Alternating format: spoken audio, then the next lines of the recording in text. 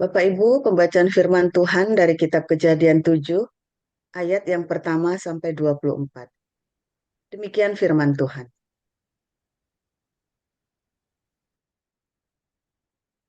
Lalu berfirmanlah Tuhan kepada Nuh, "Masuklah ke dalam bahtera itu, engkau dan seisi rumahmu, sebab engkaulah yang kulihat benar di hadapanku di antara orang zaman ini. Dari segala binatang yang tidak haram, haruslah kau ambil 7 pasang, jantan dan betinanya. Tetapi dari binatang yang haram, 1 pasang, jantan dan betinanya.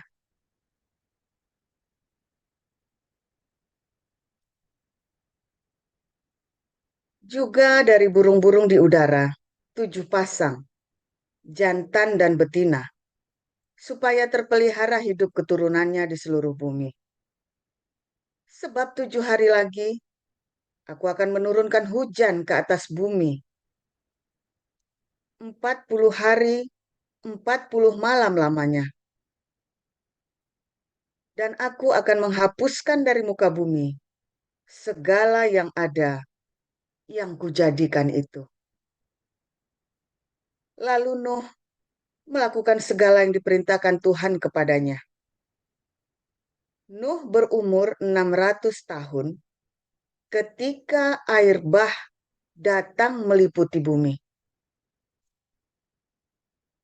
Masuklah Nuh ke dalam bahtera itu bersama-sama dengan anak-anaknya dan istrinya dan istri anak-anaknya karena air bah itu. Dari binatang yang tidak haram dan yang haram, dari burung-burung dan dari segala yang merayap di muka bumi. Datanglah sepasang mendapatkan Nuh ke dalam bahtera itu, jantan dan betina, seperti yang diperintahkan Allah kepada Nuh. Setelah 7 hari, datanglah air bah meliputi bumi. Pada waktu itu, pada waktu umur Nuh 600 tahun, pada bulan yang kedua, pada hari yang ke-17 bulan itu, pada hari itulah terbelah segala mata air samudra raya yang dahsyat dan terbukalah tingkap-tingkap di langit. Dan turunlah hujan lebat meliputi bumi 40 hari 40 malam lamanya. Pada hari itu juga masuklah Nuh serta Sem, Ham, dan Yafet, anak-anak Nuh dan istri Nuh, dan ketiga istri anak-anaknya bersama-sama dengan dia ke dalam bahtera itu. Mereka itu dan segala jenis binatang liar dan segala jenis ternak dan segala jenis binatang melata yang merayap di bumi dan segala jenis burung, yakni segala yang berbulu bersayap. Dari segala yang hidup dan bernyawa, datanglah sepasang mendapatkan Nuh ke dalam bahtera itu.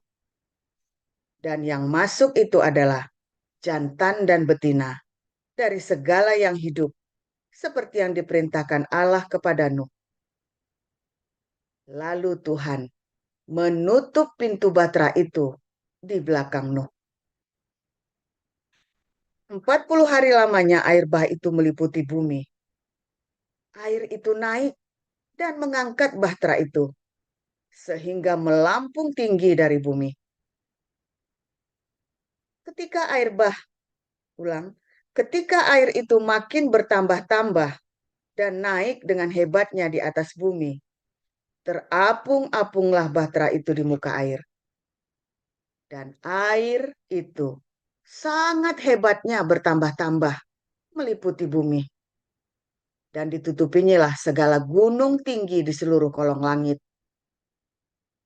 Sampai 15 hasta di atasnya bertambah-tambah air itu. Sehingga gunung-gunung ditutupinya. Lalu mati binasalah segala yang hidup, yang bergerak di bumi, burung-burung, ternak, dan binatang liar, dan segala binatang merayap yang berkeriapan di bumi, serta semua manusia. Matilah segala yang ada nafas hidup dalam hidungnya, segala yang ada di darat. Demikianlah dihapuskan Allah segala yang ada, segala yang di muka bumi, baik manusia maupun hewan, dan binatang melata, dan burung-burung di udara, sehingga semuanya itu dihapuskan dari atas bumi. Hanya Nuh yang tinggal hidup, dan semua yang bersama-sama dengan dia dalam bahtera itu. Dan berkuasalah air itu di atas bumi 150 hari lamanya. Demikian. Terima kasih Bu Nerliana. Silahkan Ibu Sarma, Wahyu pasal 12.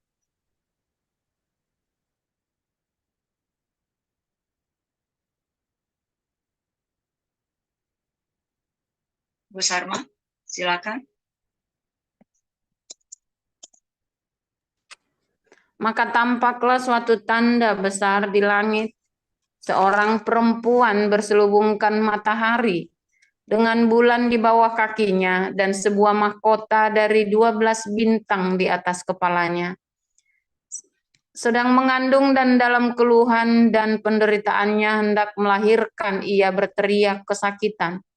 Maka tampaklah suatu tanda yang lain di langit, dan lihatlah, seekor naga merah padam yang besar, berkepala 7 dan bertanduk 10, dan di atas kepalanya ada 7 mahkota, dan ekornya menyeret sepertiga dari bintang-bintang di langit, dan melemparkannya ke atas bumi. Dan naga itu berdiri di hadapan perempuan yang hendak melahirkan itu, untuk menelan anaknya. Segera sesudah perempuan itu melahirkannya, maka ia melahirkan seorang anak laki-laki yang akan mengembalakan semua bangsa dengan gada besi. Tiba-tiba anaknya itu dirampas dan dibawa lari kepada Allah dan ke tahtanya. Perempuan itu lari ke padang gurun, di mana telah disediakan suatu tempat baginya oleh Allah, supaya ia dipelihara di situ 1260 hari lamanya. Maka timbullah peperangan di surga. Mikael dan malaikat-malaikatnya berperang melawan naga itu. Dan naga itu dibantu oleh malaikat-malaikatnya, tetapi mereka tidak dapat bertahan. Mereka tidak mendapat tempat lagi di surga. Dan naga besar itu, si ular tua yang disebut iblis atau Satan, yang menyesatkan seluruh dunia, dilemparkan ke bawah. Ia dilemparkan ke bumi bersama-sama dengan malaikat-malaikatnya. Dan aku mendengar suara yang nyaring di surga berkata, sekarang telah tiba keselamatan dan kuasa dan pemerintahan Allah kita dan kekuasaan Dia yang diurapinya, karena telah dilemparkan ke bawah pendakwa saudara-saudara kita yang mendakwa mereka siang dan malam di hadapan Allah kita. Dan mereka mengalahkan Dia oleh darah anak domba dan oleh perkataan kesaksian mereka, karena mereka tidak mengasihi nyawa mereka sampai ke dalam maut. Karena itu bersukacitalah, hai surga dan hai kamu sekalian yang diam di dalamnya. Celakalah kamu, hai bumi dan laut, karena iblis telah turun kepadamu dalam geramnya yang dahsyat, karena ia tahu bahwa waktunya sudah singkat. Dan ketika naga itu sadar bahwa ia telah dilemparkan di atas bumi, ia memburu perempuan yang melahirkan anak laki-laki itu. Kepada perempuan itu diberikan kedua sayap dari burung nasar yang besar, supaya ia terbang ke tempatnya di padang gurun, di mana ia dipelihara jauh dari tempat ular itu selama 1 masa dan 2 masa dan setengah masa. Lalu ular itu menyemburkan dari mulutnya air sebesar sungai ke arah perempuan itu, supaya ia dihanyutkan sungai itu. Tetapi bumi datang menolong perempuan itu. Ia membuka mulutnya dan menelan sungai yang disemburkan naga itu dari mulutnya. Maka marahlah naga itu kepada perempuan itu, lalu pergi memerangi keturunannya yang lain, yang menuruti hukum-hukum Allah dan memiliki kesaksian Yesus, dan ia tinggal berdiri di pantai laut. Demikian pembacaan firman Tuhan. Terima kasih Ibu Sarma. Kita akan mendengarkan renungan firman Tuhan yang disampaikan oleh Pastor Paul Zhang yang berjudul Gaza Tenggelam. Silakan, Pastor. Haleluya, luar biasa firman Tuhan selalu baru setiap hari. Ketika kita menanti-nantikan Tuhan dengan kesungguhan hati, saudara ya. Saudara, kita masih membaca Wahyu 12 ya, karena ini masih cerita tentang Nuh ya, 2 pasal ini ya. Pasal 6 dan pasal 7. Saudara, ketika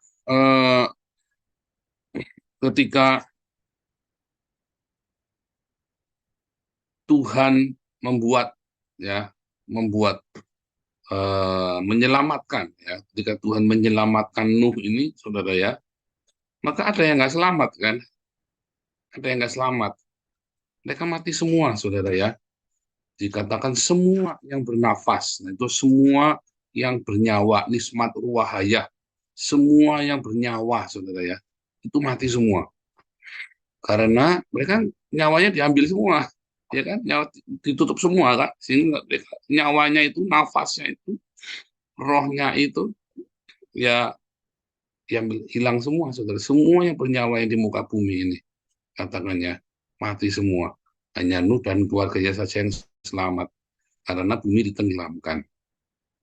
Ya, pertama, ya, pada penciptaan, ya bumi belum berbentuk dan kosong, roh Allah melayang-layang di atas permukaan air. Kemudian bumi diriset lagi ya, diriset lagi, hanya tinggal Nuh saja. Jadi pertama ada Adam, kedua ada Nuh, saudara ya, diriset. Kedua ada Nuh.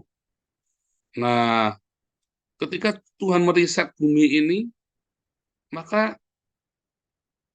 itu benar-benar seperti kiamat, saudara ya. Seperti akhir dari segala sesuatu. Makanya akhir zaman nanti, ya, ketika menjelang kerajaan 1000 tahun, dikatakan seperti zaman Nuh. Seperti zaman Nuh, di mana orang-orang itu ia kawin mengawinkan, mereka juga sibuk dengan urusannya sendiri-sendiri, tiba-tiba hari itu datang, saudara ya. Hari itu datang. Dan hanya orang-orang yang ada di dalam bahtera itu yang selamat, yang ada di dalam keselamatan, bersama dengan yang akan masuk dalam kerajaan 1000 tahun dengan selamat ya.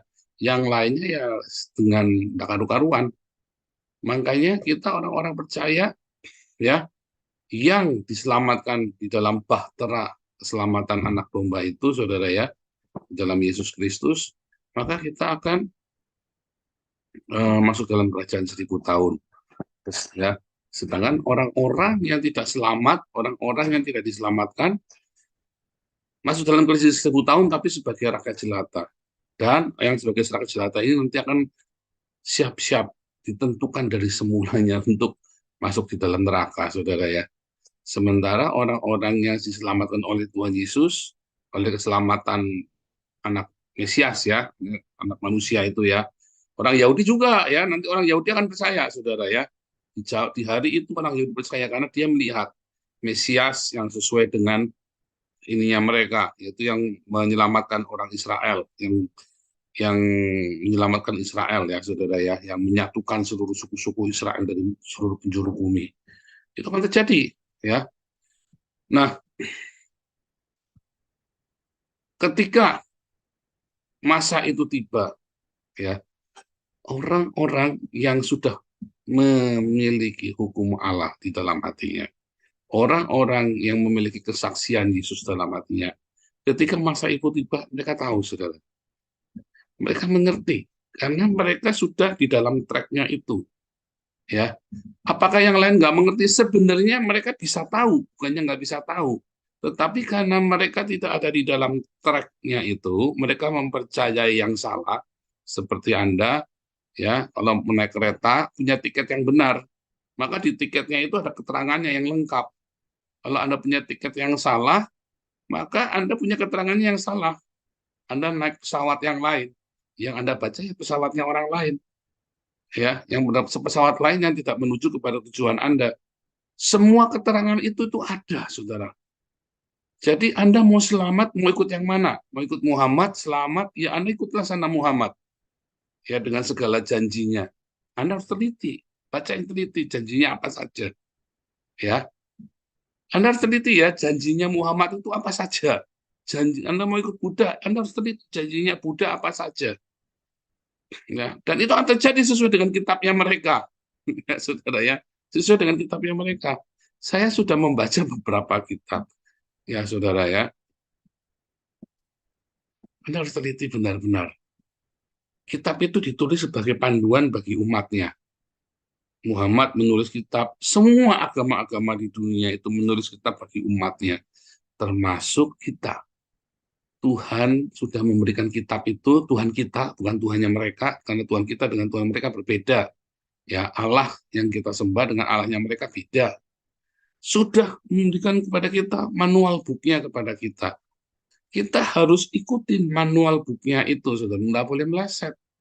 Jangan kamu ikut Tuhan Yesus, baca manual booknya mereka, terus ada cocokmologi mau digatuk-gatukin. Siapa itu? Saya kadang-kadang kalau ngeliat apologi suka kutip-kutip Al-Quran buat benerin Tuhan Yesus, saya gedek-gedek ya. Kamu ini ikutnya siapa sih kamu yang kamu ikutin? Saudara akan mendapatkan keterangan-keterangan yang salah, nanti akan bingung. Makanya saya suka mencela, ya, suka mencela orang-orang yang suka mencampur adukan kitab-kitab ini ya. Saya bilang nanti kamu akan sesat nanti kamu akan bingung sendiri, akan terjadi kebingungan teologis, nggak nyambung semuanya. Ada beberapa orang bahkan sudah sekolah, sudah mengerti bahasa Ibrani segala macam ya, tapi masih suka gotak-gatukin Al-Quran segala macam ya. Tak bilangin kamu ya kalau gotak-gatukin begitu. Kamu nanti suatu ketika akan terperangkap dan kamu kan bingung sendiri. Apa yang kamu pikir? Rasanya aku bacanya ini kok. Enggak lah, enggak ada di situ. Percaya saya, itu ada di sana. Jadi saya nggak tahu itu ada di sana apa enggak. Tetapi pada kenyataannya, orang-orang itu suka lupa. Yang dia baca yang ini dari mana saya dulu baca ya. Saya saja baca banyak buku saja. Saya dulu baca di buku yang mana ya. Ada pernyataan ini. Ya kan? Tetapi kalau kita punya satu pegangan, ya, yaitu Alkitab. Alkitab kita dengan Alkitab orang Yahudi sama. Nah, karena kita orang pagan, bukan orang Yahudi, maka ada tambahan perjanjian baru. Orang Yahudi punya Talmud untuk mengerti perjanjian lama, dijelaskan sama guru-guru mereka. Kita punya perjanjian baru, perjanjian lama dijelaskan oleh guru-guru kita, para rasul, ya, oleh Yesus dan para rasul. Perjanjian lama itu dijelaskan oleh Yesus dan para rasul di dalam perjanjian baru. Sedangkan orang Yahudi, karena mereka orang Yahudi, maka perjanjian lamanya dijelaskan oleh guru-guru mereka juga, rabi-rabi Yahudi. Di dalam Talmud, Anda bacalah Alkitabnya yang sama. Jadi jangan Anda ngambil dari Al-Quran. Jadi Anda jangan kayak orang bingung, mencari kebenaran dari mana-mana, lalu dicampur, dikocok jadi satu. Mereka akan hidup dengan kebenarannya mereka sendiri. Ya, dan mereka akan mendapat janjinya mereka sendiri. Kalau tadi kan, kalau Allahnya mereka selamat, kalau Allahnya mereka lolos dari penghukuman, kalau para Allah ini lolos dari penghukuman, ya kan? Karena Yesuslah yang akan mengadili para malaikat, para Allah, ya. Yesus yang akan mengadili, ya. Tapi jangan lupa, kita orang percaya juga yang akan mengadili para malaikat, ya, saudara ya. Kita orang percaya akan mengadili para malaikat, loh. Ya. Jadi Anda jangan dibingungkan dengan kitab-kitab suci yang lain. Fokus, saudara, baca Alkitab. Anda yang belum selesai belajar bahasa Ibrani, Anda yang belum selesai, belajar bahasa Yunani, nggak usah lah sok-sokan pakai bahasa Arab lah. Ya, nggak usah. Kecuali Anda yang terakhir dari Islam, udah belajar ngaji. Tapi itu pun kalau Anda sudah masuk ke sini, udahlah, forget it. Ya, nggak usah dikotak-katik katuk, nanti Anda bingung sendiri. Tekunin baca Alkitab. Waktumu kan terbatas. Anda nggak usah baca-baca yang Al-Quran segala macam. Kecuali kamu adalah seorang teolog seperti saya, yang kita harus belajar banyak hal untuk kita mengajar. Tapi kalau Anda bukan seorang teolog, waktumu untuk membaca Alkitab saja sudah habis. Anda kudu bekerja, Anda kudu ini, kudu itu. Ya, habis. Jadi fokuslah membaca Alkitab. Waktu yang luang itu membaca Alkitab, saudara ya. Bacalah Alkitab dengan rajin, dengan tekun, dengan teliti, satu persatu. Itu saja waktumu nggak bisa, waktumu terbatas. Ada yang sampai ikut IQS Bible College ya, padahal dia sudah dokter, sudah pengusaha, sudah orang karir, ya ada direktur di perusahaan. Ya, waktu yang terbatas itu digunakan untuk belajar sebaik-baiknya. Ya, karena ternyata banyak yang harus dipelajarin dari Alkitab kita, kalau Anda benar-benar ingin belajar. Tapi kalau Anda terus banding-bandingkan, ini kayak orang bingung. Ingat, tadi ya, Anda punya tiket ya Garuda, ya tujuannya ke Belanda. Ya sudah, pakai tiket itu Garuda tujuan ke Belanda. Tiketnya Garudanya nomor berapa, itu tiketmu, saudara. Jangan sampai nanti kamu nyasar perginya ke Arab. Jangan sampai kamu nyasar Garudanya perginya nanti malah ke Gaza. Kacau nanti. Jangan, saudara ya. Anda punya tiket KLM, ya sudah pakai KLM. Anda punya tiket pakai Cathay Pacific pergi ke Hong Kong, ya sudah. Kamu pegang tiket itu, jangan kamu campur dengan tiket yang lain. Baca tiketmu itu dengan seksama, supaya kamu tahu apa yang tertera dalam tiket itu. Kamu harus ngerti. Nah, makanya Tuhan Yesus berkata, ya, dalam Matius 24, seperti hari Nuh, sama, kita nanti ngerti, saudara. Karena kita membaca dengan baik tiketnya kita sendiri. Ya, kita baca baik-baik tiketnya sendiri. Tapi kalau Anda tidak baca baik tiketmu sendiri, maka kamu nggak ngerti. Kamu nggak ngerti kapan hari dan saatnya ketika sudah datang tanda-tandanya, kamu nggak ngerti. Karena Anda bingung dengan kitabnya orang lain.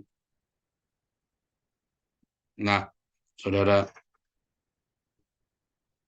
ketika bumi itu ditenggelamkan, ya, ketika bumi itu nanti mengalami penghukuman yang luar biasa dari Tuhan, ya, kesengsaraan yang luar biasa. Kita ini masih ada di bumi, saudara. Kita mengalami tekanan, kita mengalami persekusi yang luar biasa. Ya, tetapi jangan takut. Ya, Tuhan akan lindungi kita. Sama seperti Israel ada di Mesir. Orang Mesir mengalami bencana. Orang Israel melihat anak sulung mati, tapi mereka tidak mengalami. Orang Israel mengalami hujan, es, gelap 3 hari 3 malam, barah, ya segala macam ya, malak pikat. Lihat nyamuk, mereka melihat, tapi mereka tidak terkena. Hukuman-hukuman di dalam Wahyu itu ya, di dalam 6 meterai dan 7 sangkakala, 6 sangkakala itu adalah hukuman-hukuman di Mesir, saudara. Ya hanya menjadi ekstrim, dibuat ekstrim. Seperti kejadian Mesir, tapi itu seluruh dunia, bukan hanya Mesir saja yang mengalami. Artinya itu benar-benar wabah, benar-benar pandemik, ya benar-benar sebuah bencana dunia. Karena apa, saudara? Karena dunia sudah tidak bisa lagi menahan ekosistemnya, habitatnya pecah, saudara ya. Habitat itu rusak semuanya. Dan terjadi bukan evolusi bagi makhluk-makhluk itu, tapi revolusi yang luar biasa. Penyakit yang menjelma dengan sekejap mata, binatang-binatang yang tiba-tiba berevolusi, serangga-serangga yang tiba-tiba berevolusi dengan sekejap mata. Ya, karena bahan-bahan kimia, manusia menciptakan bahan kimia yang aneh-aneh dan membuangnya ke bumi. Ya kan? Jadi siapa yang menenggelamkan dunia ini sebenarnya? Apakah Tuhan? Bukan, manusia sendiri yang menenggelamkannya. Sama seperti zaman Nuh, mau pikir Tuhan yang jahat. Ya, saya pernah, orang Belanda marah sama saya ya, orang gereja karismatik di Belanda itu ya. Saya bilang, ada orang bertanya sama saya, kenapa Tuhan menghukum ya? Mana ada Tuhan menghukum, ini begitu. Itu narasinya, Tuhan menghukum. Tapi sebenarnya manusia lah yang menghukum dirinya sendiri. Wah, orang Belandanya ini marah. Ini tulisannya menghukum Tuhan. Kamu harus belajar. Ini kan perjanjian lama. Mereka yang nulis adalah para rabi dengan metodenya mereka. Caranya, makanya disemakan. Contohnya, Yakub bergumul dengan Allah di dalam kitab Kejadian. Lalu Hosea menjelaskan, oh ternyata yang dimaksud adalah malaikat Allah. Dijelaskan, ya. Jadi para rabi ini menjelaskan. Hosea ini rabi ya, seorang terpelajar yang sekolah Torah. Para nabi di zaman dulu itu sekolah ya, sama seperti para rabai, para guru sekolah, saudara ya. Jadi mereka tahu maksudnya begini. Makanya ada oral Torah. Ada Torah yang ditulis, ada oral Torah yang behind skin-nya. Nah, para rabi itu menjelaskan Hosea itu adalah bagian dari oral Torah. Nah, saya menjelaskan begitu orang marah, saudara ya. Nah, itu tadi ya. Kamu Alkitabmu sendiri aja kamu nggak paham. Ya, nanti Anda akan melihat Abraham dicobai. Loh, katanya Tuhan tidak mencobai. Gimana sih? Nah, itu tadi. Kamu harus mengerti mengapa narasinya seperti itu, mengapa terus dijelaskan oleh Yakobus bahwa Allah tidak mencobai. Karena ternyata dalam oral Torah itu seperti itu, saudara ya. Ditulis sebuah narasi yang menunjukkan bahwa Tuhan yang menghukum, Tuhan marah, Tuhan yang cemburu, Tuhan yang memukul manusia, Tuhan yang mengirimkan penyakit, Tuhan yang mengirimkan orang-orang Amalek datang, Tuhanlah, Tuhanlah, Tuhan. Supaya manusia mengerti bahwa Tuhanlah alam semesta ini yang melakukan sesuatu itu karena manusia melanggar hukum-hukumnya. Nah, itu saja orang tidak mengerti kaitannya. Lalu dia berpikir Tuhannya kejam, perjanjian lama. Padahal dia memahaminya dengan cara yang salah. Para rabi Yahudi sendiri tidak memahami Tuhan yang menghukum yang kejam begitu, saudara ya. Mereka melihat, ya, oh itu adalah tangan Tuhan. Yang disebut dengan tangan. Apakah Tuhan punya tangan? Ya bukan. Apakah L itu punya tangan? Oh, itu ruah. Allah adalah roh. Semesta alam ini. Kamu berikan apa ke semesta, kamu langgar hukum semesta alam, semesta itu akan membalik. Karena apa yang kamu tabur, kamu akan tuai berkali lipat, saudara. Semua yang kamu tabur, kamu nanam padi, nabur padi satu, kamu akan nuai mungkin 100 butir. Kamu nanam 1 hektar, kamu nabur ya mungkin 100 kilo padi, kamu akan bisa panen 1 ton, saudara ya. Bisa panen 10 ton itu kamu. 100 kilo itu kan 1 karung besar. Kamu sebar di sawah. Kamu bisa panennya 10 ton itu, saudara. Ya, bisa panennya 10 ton itu. 100 kali lipat katanya firman Tuhan ya. Benih yang bertumbuh, berbuah 30 kali lipat, 60 kali lipat, 100 kali lipat. Termasuk kejahatan yang kamu tabur. Itulah yang disebut dengan Tuhan menghukum. Itulah yang disebut dengan Tuhan memberkati. Nah, hukum-hukum ini kita kudu ngerti. Itu semua ada di dalam Alkitab kita. Makanya kita pasti akan ngerti kapan Tuhan itu termasuk pencobaan dalam hidupmu. Nah, di kelas profetik itu nanti kita ajari ya. Ada babnya khusus di kelas profetik ya, kita belum masuk ke sana. Bahwa sebenarnya kita tahu loh, ketika kita masuk di dalam pencobaan, selesainya kapan, mau bagaimana kita ngerti, saudara. Ya, makanya ada nabi-nabi, ya ada orang-orang yang beri karunia, dia tahu kamu akan berakhir sekian lama pencobaannya, kamu akan mengalami ini. Dia bisa tahu. Karena ada pola di dalam semesta alam ini yang ditulis di dalam Alkitab, diajari polanya, saudara. Makanya ada angka-angka, kalau belajar Kabalah itu ya, ada angka-angka, saudara. Dan Tuhan Yesus mengajarkan kepada kita angka-angka itu. Ya, apa yang Yesus ajarkan dengan di dalam pengajaran orang Yahudi itu sama, saudara ya, polanya. Yesus mengajarkan angka-angka itu seperti Paulus, Petrus, para rasul juga mengerti angka-angka itu. Karena angka-angka itu bukan rahasia, saudara, sebetulnya. Makanya Tuhan Yesus bilang apa dalam Matius 24, tanda alam, tanda alam kamu bisa mengerti. Kenapa tanda zaman kamu tidak ngerti? Karena kamu tidak tahu rahasianya yang ada ditulis. Padahal rahasia itu terbuka dengan jelas di dalam Alkitab kita. Hanya kamu tidak membacanya dengan teliti. Tarik aja begitu, kamu sibuk baca Al-Quran. Gimana? Tiap hari baca kitab suci, tapi kitab sucinya agama orang lain. Gimana sih? Makanya jadi botol kamu. Jangan ya. Ketahuilah rahasia, rahasia firman Tuhan itu semuanya ada di dalam kitab suci kita, saudara. Ya, semuanya. Ya, maka kamu kan bisa mengelola alam ini. Mengelola. Kan firman Tuhan apa? Kejadian 1 ayat 28. Taklukkanlah bumi, kuasailah. Mau kamu mengeringkan bumi atau kamu mau tenggelamkan bumi? Kamu mau mengeringkan Gaza atau kamu mau tenggelamin Gaza, saudara? Ini saking pinternya ya orang-orang Israel ya. Dia bilang kalau mau nenggelamin Gaza itu ya nggak pakai sebulan, cuma beberapa hari saja selesai untuk nenggelamin Gaza itu, saudara ya. Beberapa hari selesai dengan teknologi yang mereka punyai. Nah itu sama, saudara ya. Sebenarnya apa yang Tuhan sudah berikan kepada kita, kita kelola dengan baik. Kelolanya dengan cinta atau dengan kebencian. Bagaimana cara kamu mengelola dengan cinta atau kebencian? Semua manualnya ada di dalam Alkitab. Bacalah setiap hari dengan rajin, dengan hati yang aletheia, dengan hati yang tulus, dengan hati fah, berharap kepada Tuhan dengan cinta, saudara. Nanti kamu tahu, ketika masa-masa pencobaan itu datang, ketika masa-masa sulit datang, kamu bisa tenang, saudara. Kenapa orang tidak takut? Karena dia tahu. Kalau orang tahu ini jalan menuju kemana, walaupun gelap dia nggak takut. Tapi kalau dia tidak tahu apa yang akan terjadi di dalam perjalanan itu nggak takut dia. Nanti kalau gini gimana? Nanti kalau gitu gimana? Ya takut, saudara. Karena dia nggak tahu. Tapi kalau dia tahu nggak takut, ya kan? Kalau dia tahu, saya berjalan, saya tahu ada Tuhan beserta, dia nggak takut. Tapi dia tidak tahu kalau Tuhan beserta. Dia tidak tahu kalau dia akan sukses, maka dia takut. Kalau dia sudah tahu dia pasti bisa, dia nggak takut. Ya, manual booknya kita, Torah, to aim the target, ya, untuk memperlengkapi kita mencapai target kita. Manual booknya itu adalah Torah. Baca setiap hari dengan rajin, saudara. Sehingga kita tahu kapan saatnya kita harus begini, kita tahu kapan saatnya. Kita jangan lupa, aduh nggak tahu.